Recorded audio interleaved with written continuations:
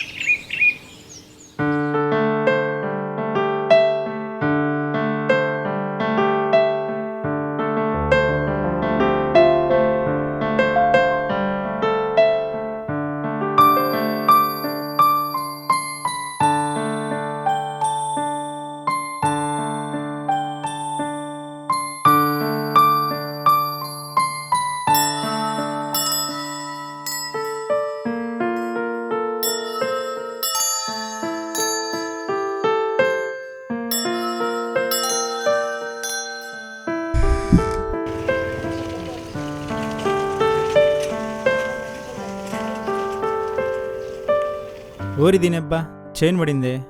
దరిద్రం చచ్చేదాకా వదిలేలేదే. ఇప్పుడు ఈ చైన్ వేయటానికి ఏదైనా ఉంటే బాగున్ను.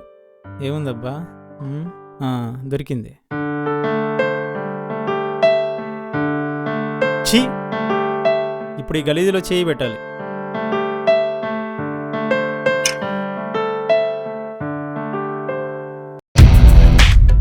వీడేంటి ఇంత గలీజుగా ఉన్నాడు?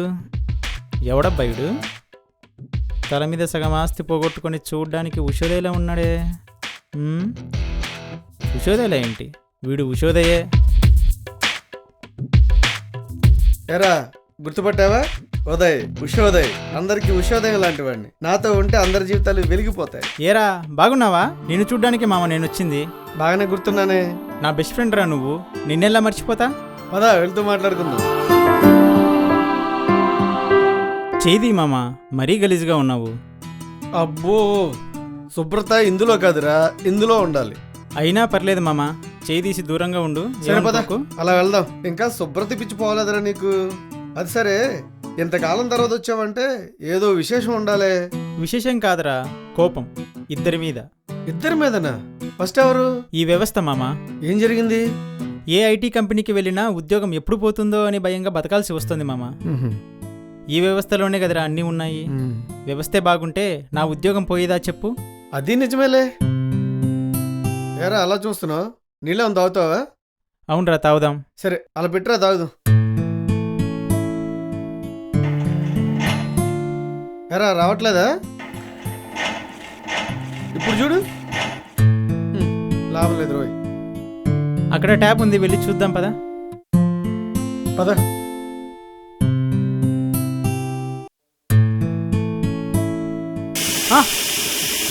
ఏంట్రా గాలి వస్తుంది? ఈ వ్యవస్థ ఇలా ఉంది కాబట్టి నాకు కోపం. ట్యాప్ నుండి నీరు రావాలి కానీ గాలి వస్తుంది. నేను ఒకటి అడుగుతా, చెప్తావా? మీ ఇంట్లో కరెంటు ఎప్పుడు పోతుందో ఎప్పటికి వస్తుందో చెప్పగలవా? ఉన్నట్లుండి ధరలు పెరిగిపోతాయి, వంతెనలు కూలిపోతాయి, ఎక్కడికెళ్ళి ఎవరిని అడిగినా లాభం ఉండదు. అందరూ సక్రమంగా పనిచేస్తుంటే ఈ పాటికి ట్యాప్ లో నీరు వచ్చేవి, నేను ఆఫీసులో ఉండేవాడిని. నీ కోపం ట్యాప్ లో నీళ్లు రానందుక, నీ జాబ్ పోయినందుక? అన్నీరా. ఉద్యోగాలకు గ్యారంటీ లేని ఆ కంపెనీలు ఎవరికి ఉపయోగము? నీటి బొట్టు కూడా రాల్చని ఈ ట్యాప్లు ఎవరికి ఉపయోగం? ఏమో, ఇంకెవరికైనా ఉపయోగపడొచ్చేమో. ఏంట్రా కామెడీనా? ఈ ట్యాప్ ఎవరికైనా ఉపయోగపడితే గుండు కుట్టించుకుంటాన్రా. సరే పద, ఒక గంట వెయిట్ చేసి చూద్దాం. పద. గంట కాదు మామ, ఈ రోజంతా వెయిట్ చేయమన్నా చేస్తా.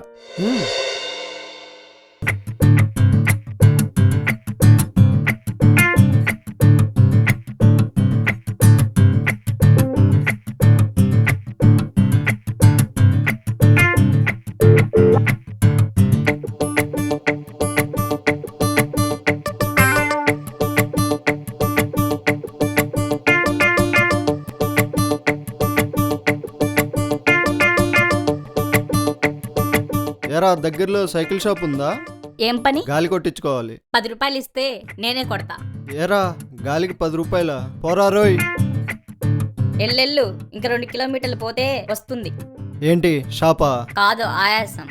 అంటే అక్కడ కూడా షాప్ లేదా? అందుకేగా చెప్పేది. ఇంకా లేట్ అయితే 20 రూపాయలు, తర్వాత నీ ఇష్టం. ఎందుకు వచ్చిన రిస్క్? సరే కానీ.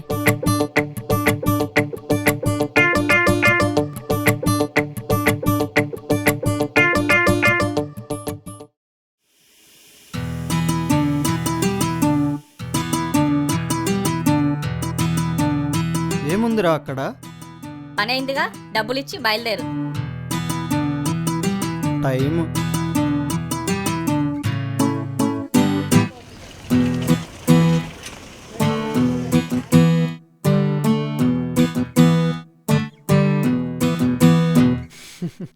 గుండు నీకంత బాగోదులేరా.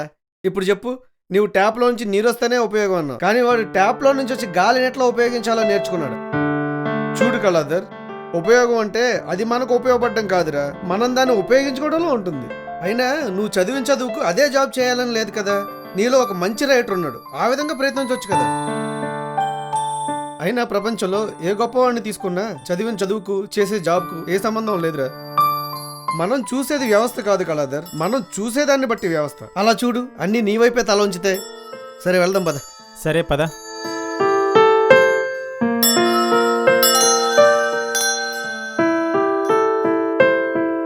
ఎరా సైలెంట్గా ఉన్నావు? ఏం లేదురా. పర్లే చెప్పు. నువ్వు చెప్పింది నిజమేరా.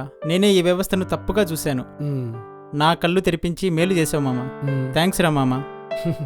పర్లేదు లేరా. అవును, కోపం ఇద్దరి మీద అన్నావుగా, ఆ రెండోది ఎవరు? అమ్మాయిరా. అమ్మాయా? ఏరోయ్, కొంపతీసి లవ్ ఫెయిల్యూరా ఏంటి? అవునరా, 4 సంవత్సరాల నుండి సిన్సియర్గా ప్రేమించుకున్నాం. పెళ్లి చేసుకుందామని అడిగితే ఇంట్లో వాళ్ళు ఒప్పుకోలేదు, టైం కావాలని చెప్పి వెళ్ళిపోయింది. మళ్ళీ వస్తుందిలే.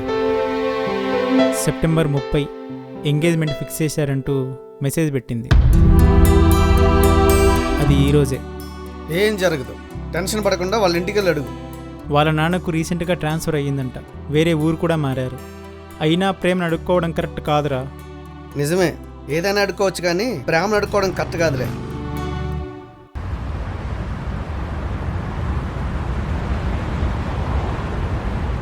ఏంటిది?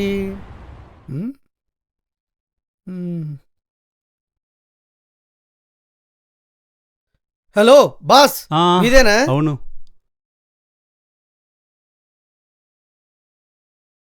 Thanks boss. ఏంటి నాప్కిన్ కోసం ఇలా? ఇది నాప్కిన్ కాదు బాస్, నా ప్రాణం. లవ్ స్టోరీనా? అవును. మీకు అభ్యంతరం లేకపోతే మేము తెలుసుకోవచ్చా? రండి కాసేపు కూర్చుందాం.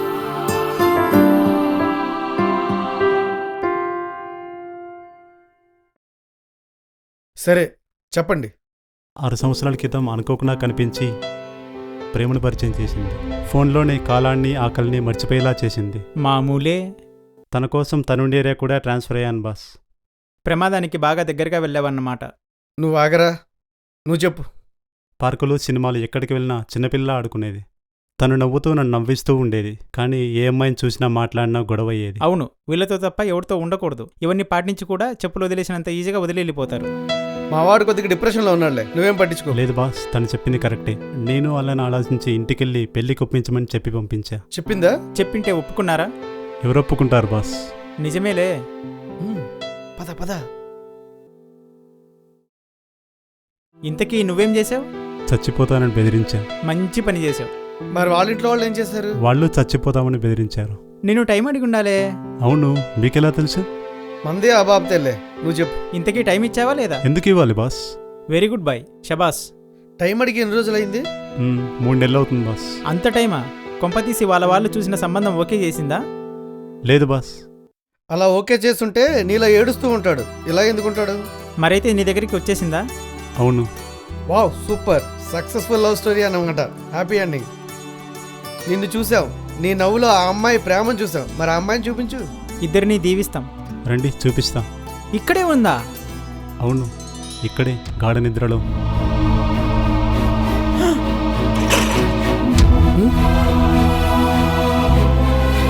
ఓయ్, వింటున్నావా? మన లవ్ స్టోరీ బాగా నచ్చిందంట వీళ్ళకి.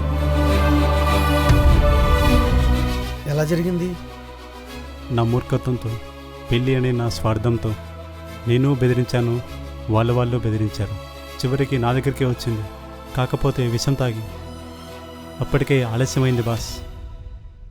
అసలు తన గొంతు వినకుండా ఏ రోజు స్టార్ట్ కాదు బాస్. అలాంటిది ఇప్పుడు ఎవరి ఫోన్ కోసం ఎదురు చూడాలో తెలియదు, ఎవరి కోసం పరిగెత్తాలో తెలియదు, ఎవరితో ఆడి ఓడిపోవాలో తెలియదు. చివరికి నాకు నేనే ఎవరో తెలియకుండా పోయింది. తను ఆవేశపడింది, నీదేం తప్పులేదు. లేదు బాస్, మనమే తప్పు చేస్తున్నాం. అమ్మాయిలు తమ వాళ్లకు మన విషయంలో ఎన్ని అబద్ధాలు చెప్పినా హ్యాపీగా ఫీల్ అవుతాం. అదే మనకు ఒక చిన్న అబద్ధం చెప్తే మోసం చేసిందంటూ గొడవ పడతాం. ఇది కరెక్ట్ కాదు బాస్. ప్రేమించడం అంటే ప్రేమించిన అమ్మాయిని జీవితాంతం కూతుర్లా చూసుకోవడం. అలా అనుకున్నప్పుడు మాత్రమే ప్రేమించాలి, లేదంటే ప్రేమించకూడదు.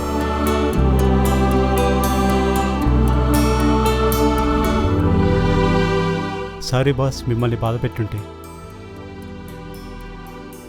ఇంత బాధ పెట్టుకుని ఎలా నవ్వగలిగావు బాస్? మీరే కదా బాస్, నా నవ్వులో ఆ అమ్మాయి మీద ప్రేమ చూస్తున్నామన్నారు, అందుకే నమ్మగలిగా. ఒక్క నిమిషం. ఏంటి చెప్పండి బాస్. భయంగా ఉంది, జాగ్రత్తగా ఉండు. భయం ఎందుకు బాస్? నాకు చచ్చేంత కోరిక లేదు, బ్రతికేంత ఓపిక లేదు. నా ప్రియురాలి కోరికలు తీర్చాలనే తపన తప్ప.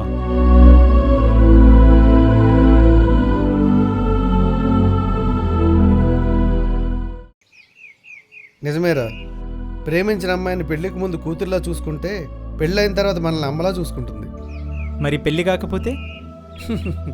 తండ్రి బాధ్యత పెళ్లితో తెగిపోదు కదరా. తను ఎవరిని పెళ్లి చేసుకున్నా బాగుంటే చాలరా, అట్లీస్ట్ బతికే ఉంటుంది కదరా. ఏ కష్టం వచ్చినా తండ్రి కన్నా ముందు మనమున్నామనే నమ్మకమేరా ప్రేమంటే. నిజమేరా, కానీ ఇన్నేళ్ళు కలిసుండి ఎన్నో ఊహించుకొని ఇప్పుడు కలవలేకపోతే ఎలారా బతుకుండేది? అలా ఎందుకు అనుకుంటావురా? మనం చిన్నప్పటి నుంచి కొంతమంది ఫ్రెండ్స్తో చాలా సంవత్సరాలు కలిసే ఉన్నాం, చాలా అనుకున్నాం. మరి కాలేజీల వల్ల జాబ్ల వల్ల దూరం అయినప్పుడు వాళ్ళనెందుకు చొక్కా పట్టుకుని నిలదీసి అడగలేదు? వాళ్ళనెందుకు చంపాలనుకోలేదు? వాళ్ళ కోసం చావాలనుకోలేదు? మరెందుకు అమ్మాయిల విషయం లేలా? ఓ, అబ్బాయిలైతే సెక్స్కు పనికిరారేనా? తల్లిదండ్రుల ఆశలు పిల్లలపై రుద్దొద్దని ఎలా గొడవ పడతారో అలాగే ప్రేమించిన అమ్మాయి పైన మన ఊహలు రుద్దడం ఎంతవరకు కరెక్ట్? ప్రేమంటే జీవితాంతం ఎక్కడున్నా ఎలా ఉన్నా తోడుగా ఉంటాననే వాగ్దానం రా. అలా ఉన్నప్పుడే ఎవరు చావరు, చంపరు. చివరిసారిగా నిన్ను కలవాలనుకోవడం నాకింత మేలు చేస్తుందని, నా కళ్ళు తెరుచుకుంటాయని నేను అనుకోలేదురా. నువ్వు నిజంగా నా జీవితానికి ఉషోదయానివిరా. రే, నేను శుభ్రంగా లేనురా. ఇక్కడ శుభ్రమైందిరా.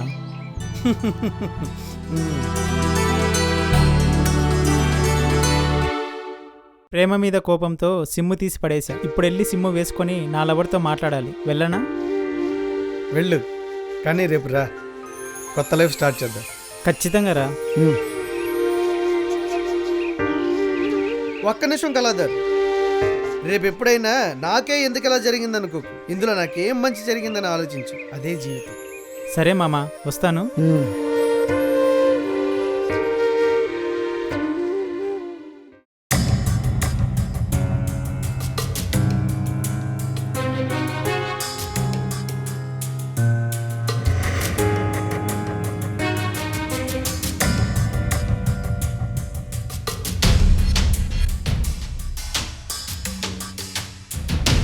అయ్యో, ఏమైంది దీనికి? ఒక నెంబర్ నొక్కితే ఇంకోటి పడుతుంది. ఓ షిట్, ఏంటి ప్రాబ్లం? అయ్యో, ఇదేంటి చెడిపోయినట్లుంది. ఫోన్ పని చేయట్లేదు. అబ్బా, ఫోన్ పని చేయట్లేదు. పండు, ప్లీజ్ పండు, ఫోన్ చేయరా.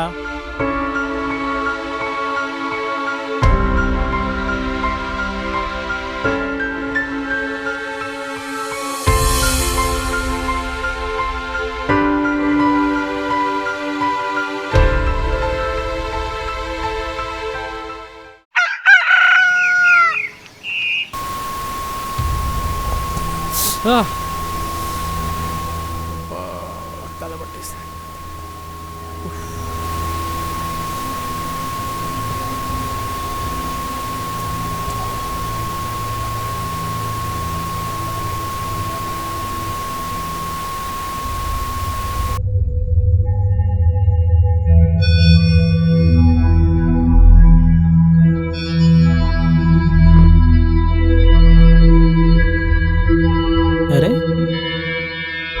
ఇదేంటి?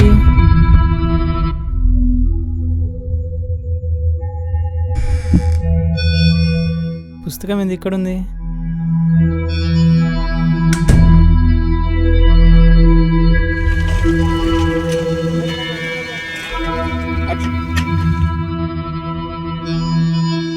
ఉషోదయ్, ఉషోదయ్, ఎవరైనా ఉన్నారా?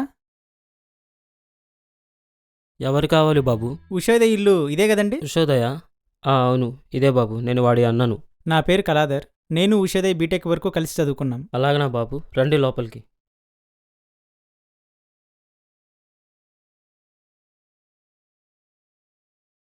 కాసిన నీళ్లు తాగండి బాబు.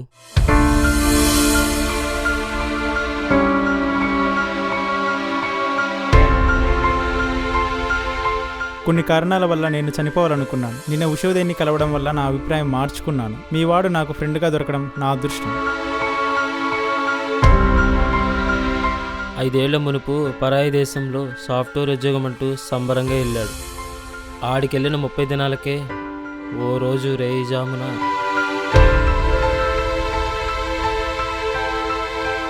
సొమ్ముల కోసం కాల్చి చంపేశారయ్యా. ఆడు చచ్చిపోయి 5 సంవత్సరాలు అవుతుందయ్యా. ఆ?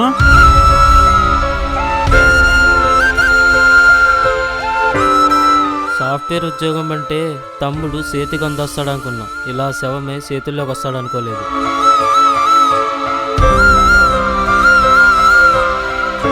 ఊరి బయట సిలకపచ్చ రంగు సమాధి. ఆడనే ఆడి పేరు కూడా ఉంటుంది, ఎల్లి చూడు.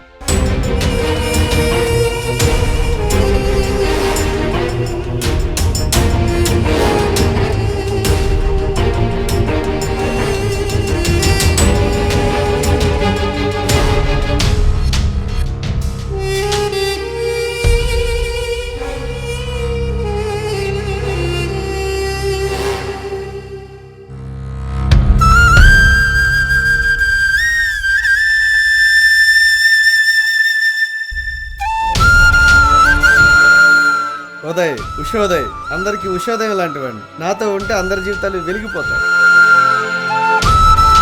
మనం చూసేది వ్యవస్థ కాదు కళాధర్, మనం చూసేదాన్ని బట్టి వ్యవస్థ. ప్రేమించిన అమ్మాయిని పెళ్లికి ముందు కూతుర్లా చూసుకుంటే పెళ్ళైన తర్వాత మనల్ని అమ్మలా చూసుకుంటుంది. ప్రేమంటే జీవితాంతం ఎక్కడున్నా ఎలా ఉన్నా తోడుగా ఉంటాననే వాగ్దానం రా. అలా ఉన్నప్పుడే ఎవరు చావరు, చంపరు.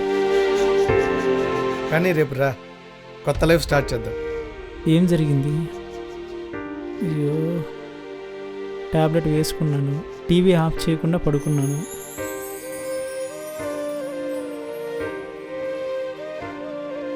తర్వాత టీవీ ఆఫ్ అయింది. అంటే జరిగింది కలనా? నాకే ఎందుకు ఇలా జరిగింది? రేపు ఎప్పుడైనా నాకే ఎందుకు ఇలా జరిగిందనుకో, ఇందులో నాకేం మంచి జరిగిందని ఆలోచించు. అదే జీవితం.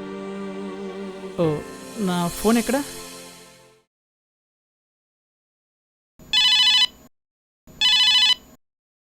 నైట్ నుండి ట్రై చేస్తున్నా, అసలు ఏమైపోయావు? ఏం లేదు. సరే సరే వదిలే. Happy birthday to you. Thanks. ఇంకేంటి విశేషాలు? నీ ఎంగేజ్మెంట్ ఎలా జరిగింది? ఇంకా లేదు, ఈరోజు evening. Okay, all the best. ఒక విషయం అడగనా? అడుగు. రేపు నా పెళ్ళైపోయాక నాకు ఏదైనా కష్టం వస్తే నాకు తోడుంటావా? ఖచ్చితంగా ఉంటాను. చాలా థ్యాంక్స్. అంటే బాయ్ ఫ్రెండ్ లా ఉంటావా లేక? మీ తండ్రి తర్వాత తండ్రిలా జీవితాంతం తోడుంటానురా. ఇదిగో మా నాన్న మాట్లాడతాడంట. ఏ హలో, ఆగు. నీలాంటి అనాథకు నా కూతుర్నివ్వటం ఏ కోసానా ఇష్టం లేదు, కానీ ఇలాంటి సిచ్యువేషన్ లో కూడా చివర్లో ఆ మాట చెప్పావే, ఒప్పుకుంటున్నా. ఏంటి? సాయంకాలం వచ్చి నా కూతురికి రింగు తొడిగి పెళ్లికి సిద్ధంగా. అంకుల్, నిజంగా? అవును. అంకుల్, ఓ విషయం. ఇంకేంటి? నాకు జాబు. తెలుసు తెలుసు, మా అమ్మాయి అంతా చెప్పింది. ఆ కథలేంటో బాగా రాస్తావంట కదా, అది చాలే, వచ్చేయి. థ్యాంక్స్ అంకుల్, సాయంకాలం వచ్చి కలుస్తా.